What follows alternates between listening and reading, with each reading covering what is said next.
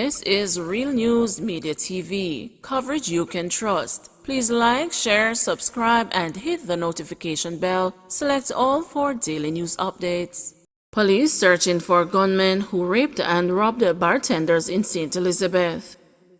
The St. Elizabeth police are searching for two gunmen who raped and robbed two bartenders in Lacovia on Tuesday night. It's reported that the women were at the bar when they were pounced on by the men. The police say the men were armed with AK-47 rifle and a 9mm pistol. The men stole the women's cell phones along with cash and other items. The women were assisted to the hospital by the police. They were treated and released. Stettin-Trelawney Roadway reduced to single lane due to breakaway. The National Works Agency is reporting that a section of the roadway in Stettin-Trelawney has been reduced to single-lane traffic due to a major breakaway.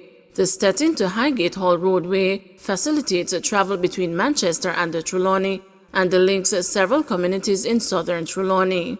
Community Relations Officer for the NWA's Western Region, Janelle Ricketts, says the vehicular access is now restricted to small units and operators of large vehicles should not attempt to access the affected section of the roadway.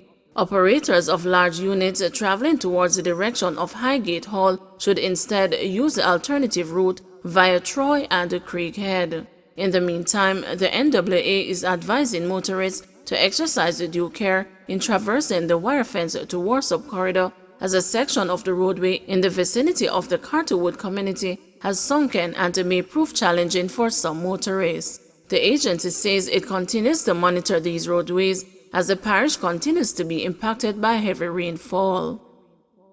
St. Mary taxi driver charged with shoplifting and larceny. A St. Mary taxi operator was on Wednesday arrested and charged after being on the run for 6 months following a robbery in Geddestown in the parish on Thursday, April 1. 22-year-old Norman Stiles of Geddestown has been slapped with shoplifting and larceny charges.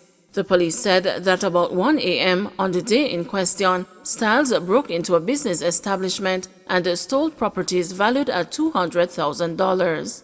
Investigators kept up the search for Stiles, and he was recently pointed out to the police and subsequently arrested.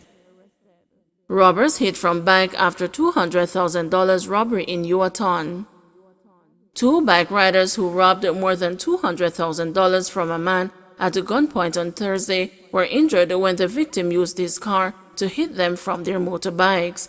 The high drama, which took place in Yuaton, St. Catherine, resulted in a traffic pile-up for several hours. Head of the St. Catherine North Police Superintendent Howard Chambers told the news that the men escaped after the incident. Police said about 1:30 p.m. the man left a bank in Yuaton and was trailed home by two men on bikes. The bikers reportedly pulled guns, held the man up at his gate, and robbed him of the cash. The police said the men rode off unaware that the victim was trailing them in his motor car. Upon reaching the Yuaton main road, the motorists hit the men from their motorcycles, injuring them. The frightened robbers hastily hopped away from the scene, leaving their bikes behind. They did, however, manage to take the money and their weapons. Police who responded to the incident conducted a search of the area, but the men were not found. The motorbikes were seized. The Linstead police are conducting further investigation into the incident. Police released men who were thought to be assisting St. Thomas abduction suspect. The three men who were taken into custody by the St. Thomas police on Monday after it was alleged that they were collaborating with the suspect in the abduction of two girls in Bath have been released. According to reports, the men admitted to knowing the suspect, Davian Bryan, before the abduction, but have not been in contact with him since. The police had theorized that the men were providing support to the suspect and aiding in his ability to evade capture. The St. Thomas police have been trying to find Mr. Bryan since the first abduction on October 14. False prophets and pseudo-intellectuals undermining vaccination drive, said Holness. Prime Minister Andrew Holness says the government's efforts to increase Jamaica's vaccination rate are being undermined by false prophets pseudo-intellectuals, and people who are deliberately misleading the public. We must never cede the space of the public mind to those persons wholeness charged. He made the declaration this morning while speaking at the handing over of a genome sequencing machine to the National Influenza Center at the University Hospital of the West Indies in St. Andrew.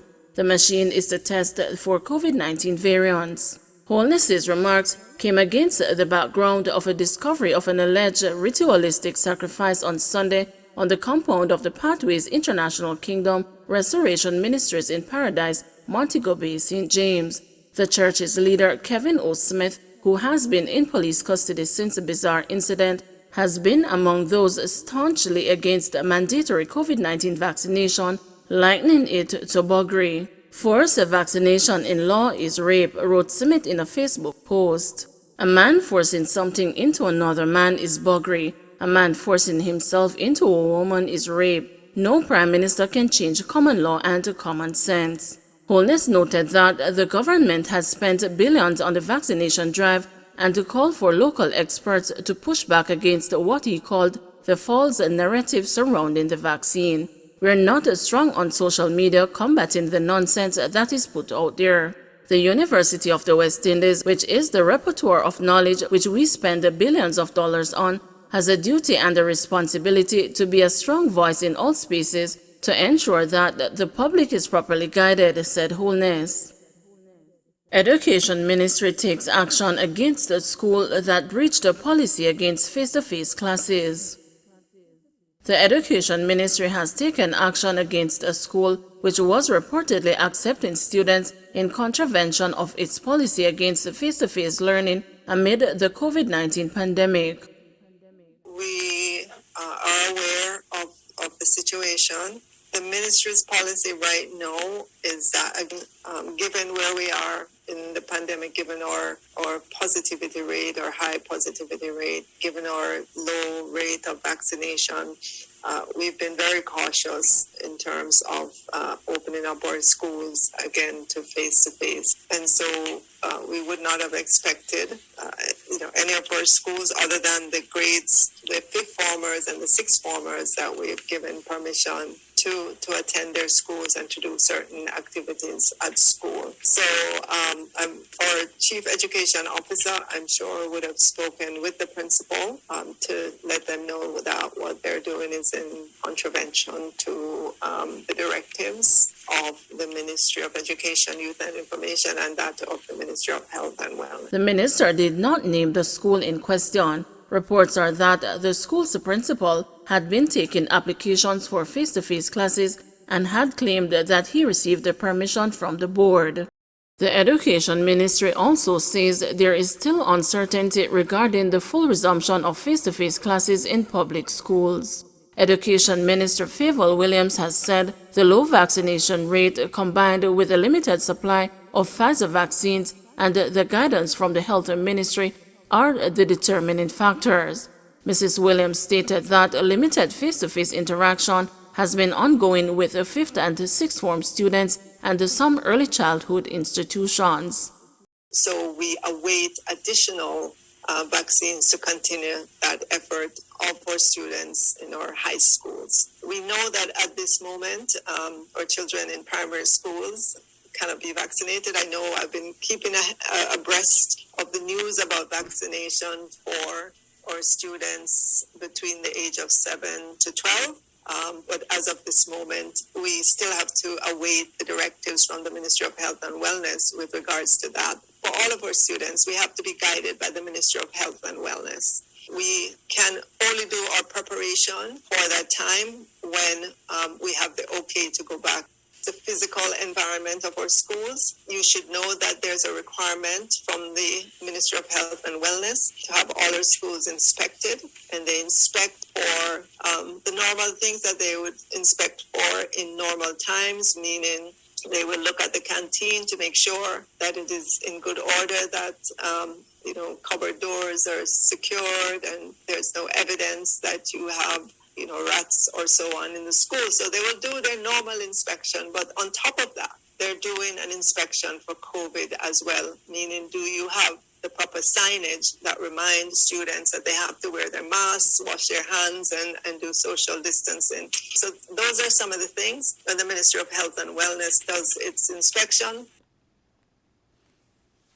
173 new COVID-19 cases, 20 more deaths. Jamaica has recorded 20 more COVID-19 deaths, increasing the tally to 2,153. The Ministry of Health says the deaths occurred between August 23 and October 19, and 3 more fatalities are under investigation, moving that figure to 323. Meanwhile, there were 173 new cases with ages ranging from 7 months to 90 years, pushing the total to 87,970, with 28,945 being active. Of the new cases, 92 are women and 79 are men.